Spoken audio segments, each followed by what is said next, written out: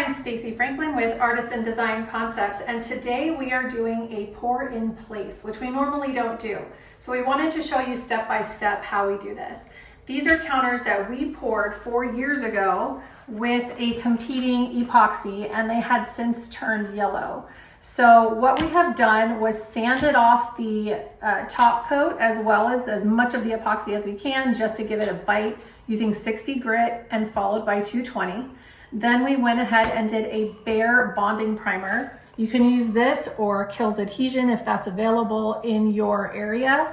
You want to stay away from the XIM urethane modified bonding primer. Anything that's urethane modified or siliconized, you do not want to use before using PolyKote. Then we went over it with bare paint and primer in one and do 2 coats of that. And then we're going to go ahead and scuff with 220 all of the surfaces. We're going to dust everything off and then go ahead and start the pour. The most important part of pouring in place is your prep. So proper prep of whatever substrate you're going on top of, and then making sure that everything is plastic. Underneath our plastic, we have ram board just to make sure that nothing gets on the customer's floor. And we're going to tape off their backsplash as well. We're going to show you step by step how this goes. Stay tuned for more.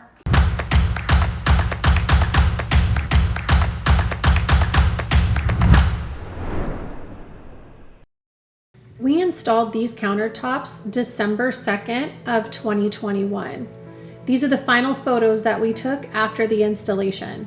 Look how beautiful this kitchen turned out.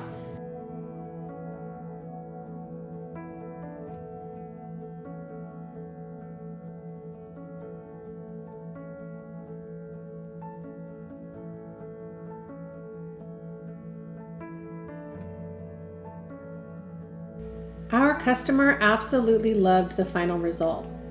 That is, until a couple years later, and it looked like this. We used what we believed was a top-tier epoxy with UV inhibitors, expecting it to last well beyond 3 to 4 years. While some ambering is normal, we never expected it to yellow this much, and it's not the only one we've had callbacks on. So it's time to start over, and we'll show you how we did it. When pouring over old epoxy with a urethane top coat, we first sand off as much of the top coat as possible, starting with 60 grit for removal, then 220 grit to smooth it out. After sanding, we applied the bare bonding primer, followed by 2 coats of bare Premium Plus paint and primer in one. Then we lightly sand with 220 grit. Something important to note is that we let the paint and primer off gas 24 hours before we're going to pour. That is very important to do. If you try to rush that process, you can have off gassing and cause delamination. The customer wants to stick with the same basic design with exotic veins running throughout and a lot of white space in between. I'm starting with my white, which is tinted with Brilliant White from Savage Patriot Polymers, and my percentage is about 69% of my mixture. Once I've poured all my white out onto my surfaces, I'm just going to start tending to my edges and moving the color around. I'm not too concerned about any dry spots for now because I have more colors to put out.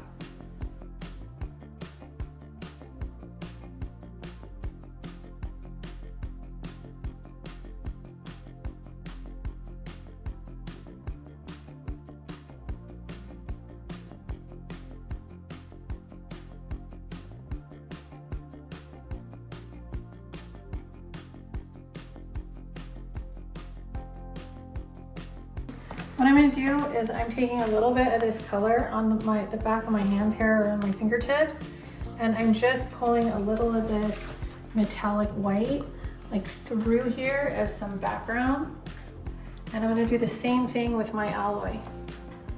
And that's just to give it like some marbling in the background because the customer wants mostly white space in between, but with just some gentle marbling. So before I pour this down into my veins or use it as my veins, I'm going to get that background color going.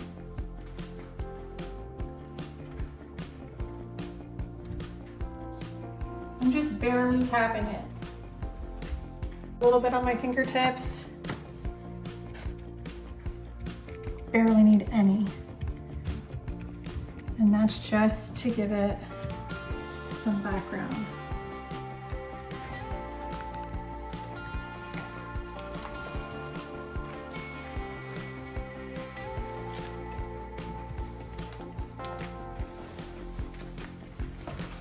Sort of just tap dancing with my fingers to move that color around.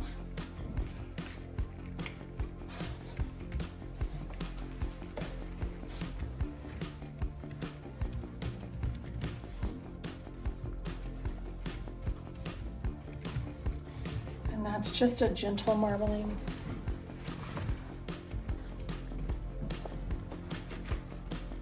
So I've separated out my alloy into a smaller cup just so I have a little more control over kind of where I want to push my veins. My recipe called for 12 to 13% of alloy and 12 to 13% of metallic white, and I ended up with quite a bit of my alloy left over. So you can definitely take that down a bit if you're doing an exotic vein like this.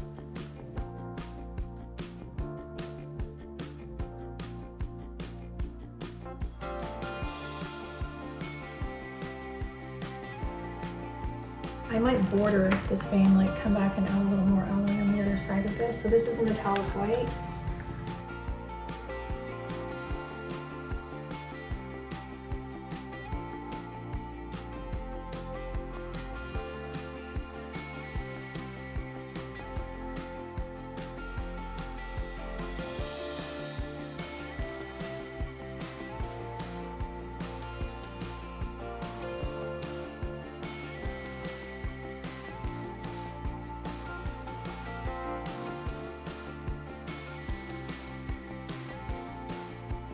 Before I started rolling out my veins, I added a little more alloy next to the metallic white and then added a little bit more here and there that I thought would add some interest. Now don't judge too soon, there's a lot more coming to make these veins look cool.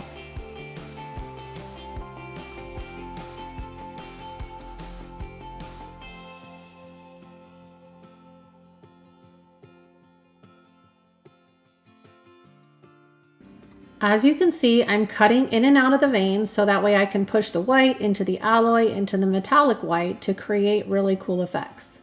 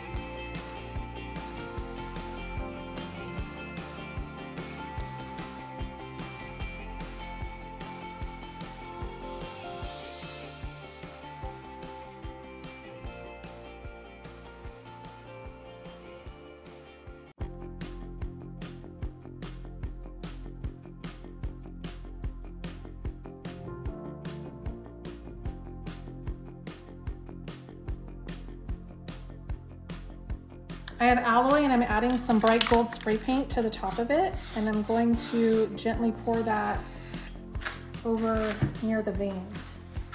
And I use a paper cut because the spray paint will try to eat away at a plastic cut. So I'm just going to put a couple little dainty lines, just following some of the veins.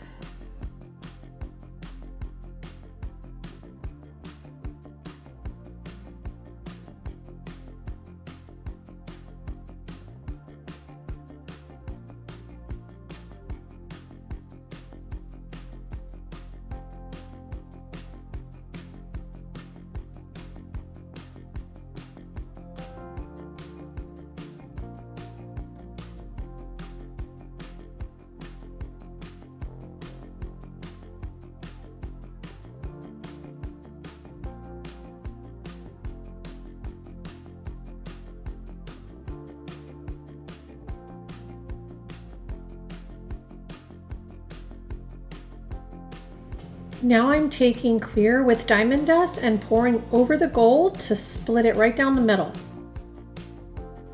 I then torch each of those veins just to warm it up a bit since it's been a little while since I started. And I'm going to use my roller, just the tip of it, to pull some of the white into that vein along with the diamond dust to create some different visual effects. Onto the island and coffee bar before we wrap this project up. Something I should mention is that while I started the other pour, Travis went ahead and pulled the tape from the backsplashes right after I finished the other counters. Otherwise that tape would get locked into place.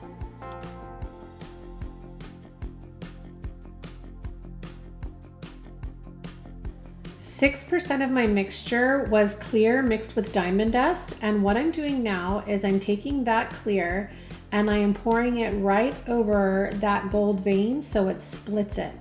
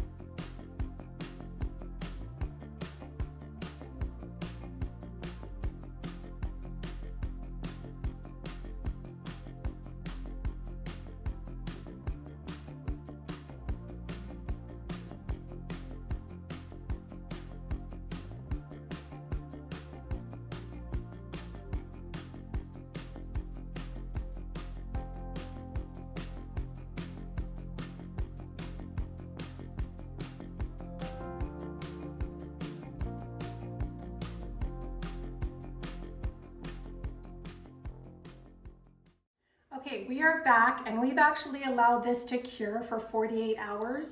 We like to give it a day in between the color coat and the top coat just to make sure it's super cured depending on the temperature and humidity in the area. And now we're gonna go ahead and sand the surface with 320 grit. We're going to avoid any of those gold areas that we poured yesterday, because if I sand those, that's gonna come right off with my sander. So I wanna go ahead and just avoid those and sand in between on the veins and everywhere else. We'll clean it off with a microfiber towel and water. We're not gonna use any alcohol because it's still in its curing stage. If we waited 3 or 4 days, you can use alcohol, but we don't wanna re-emulsify anything since it's still soft, okay? So we'll finish that up and then we're gonna apply our Fortified TopCoat in matte sheen and we'll show you how that goes.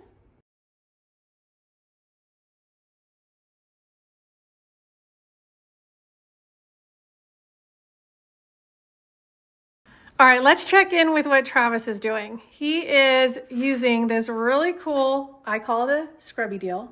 You can call it whatever you'd like. Beartex Primer Prep Disc, 6 inches. 6 inches. I don't know the grit on these, just they're maroon. It's the maroon pad. And then what are you doing with it, Travis? So I'm kind of firmly just profiling the edges. And this is what I use now because in the past we've been easily burning through the edges because this is a thin mill system. So this is a perfect application for the roundovers without actually having to put a piece of sandpaper on it. And so I'm able to kind of hug the edges, the top and the bottom roundover like this, and just a little bit of pressure, not a lot.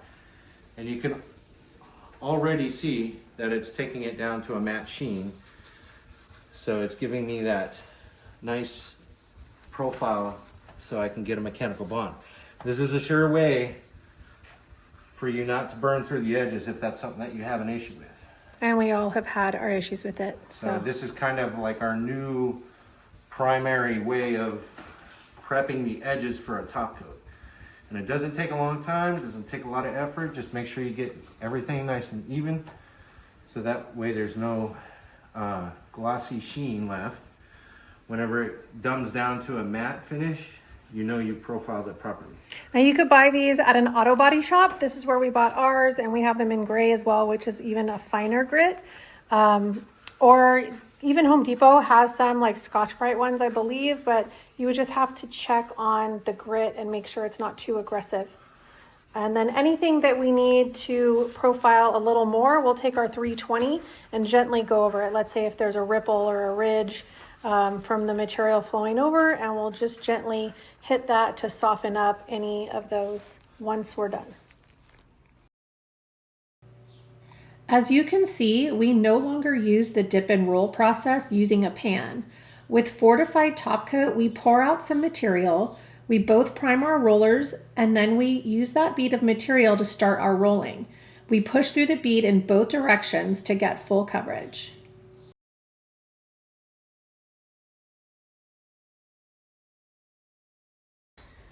All right, so you can hear the roller. That's what you want to hear to make sure that you're really pushing this in. I'm putting a good amount of pressure and making sure that I work in the material. I don't want to hear or feel it sliding because then I have too much material. But yes, you still want to have enough, especially towards the beginning part of your counter. When your roller is still kind of dry, it's not saturated yet, it's going to have the longest time waiting until we're ready to back roll. So give it plenty of material. You can always add a little more if you had to when you come back to back roll. And Travis is doing all my edges for me because I don't want to mess up my roller and get it indented by rolling over that round over or onto the edges.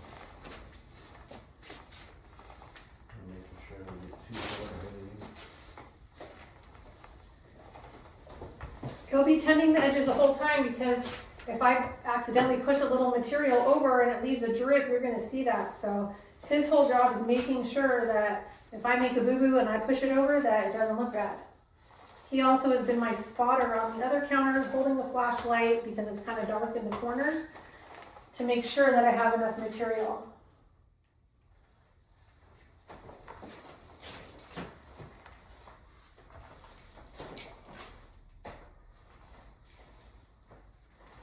I'm using a 3/8 inch nap roller, 6-inch weenie roller. Travis is using a 4-inch, 1/4 inch nap on the edges. As long as your temperature is around 70 to 72 or 3, you're pretty good, your timing is good, but pay attention to your area, your humidity. Do sample boards to make sure you know how long things take to dry in your area.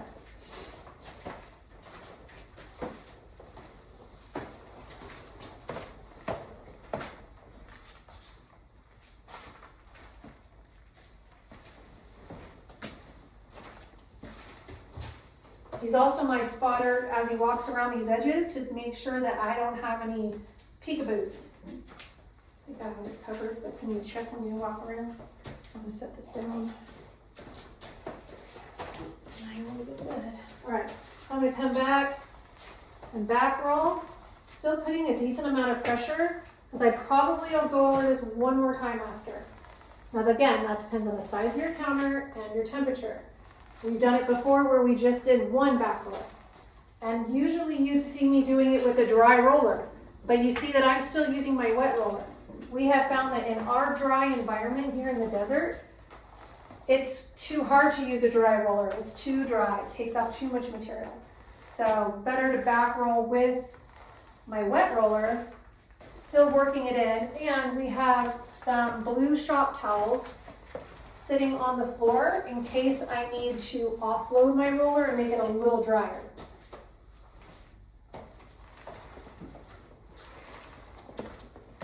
Can you check my angles and everything from everywhere you're seeing from the top and that side?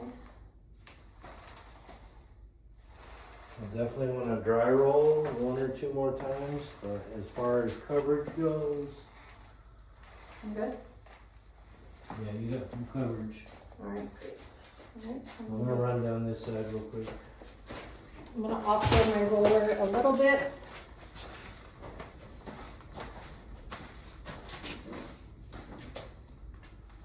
I'm continuously hitting these edges until she's done, because as she does her back roll, sometimes I can get a drip edge from her pushover. And so that's why I'm focusing on this side and flatten it out. Now right now, I'm putting no pressure. So you saw good pressure first time, decent pressure second time, no pressure this time. I don't know if I'll have to do another roll because it's looking really nice. But we'll finish it and take a little peek and see. I think you should come back. I think you should do another roll, except don't pull the roller back. Go forward. And then stop, so Forward. no double roll. Yeah, no double roll. All right. So you can start from that end since it's fresh. That way you're not losing any work time. Actually, no, other way Okay. around because this has been sitting longer. Okay. All right, so forward and lift. Just up, just overlap, maybe like 10%. There you go, a little quicker. There you go. Not to where the roller's bouncing, but just quick enough where you can. Now we're getting to the end of our working time. We can hear it, we can see it. You're looking for bubbles, anything that looks off. Now, the more you roll it, the more texture you're gonna get. The less you roll it, the flatter your top coat will be. But that also affects your durability and scratch resistance. If you make it too flat, you can absolutely scratch it, just like if there was no top coat on it to begin with.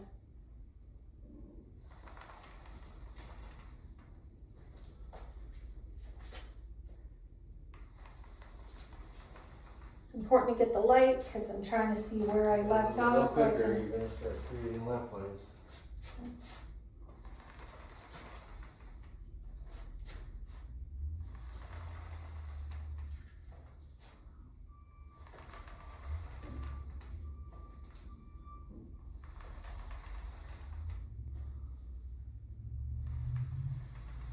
Okay, now I'm gonna run straight, finish my back, my edge.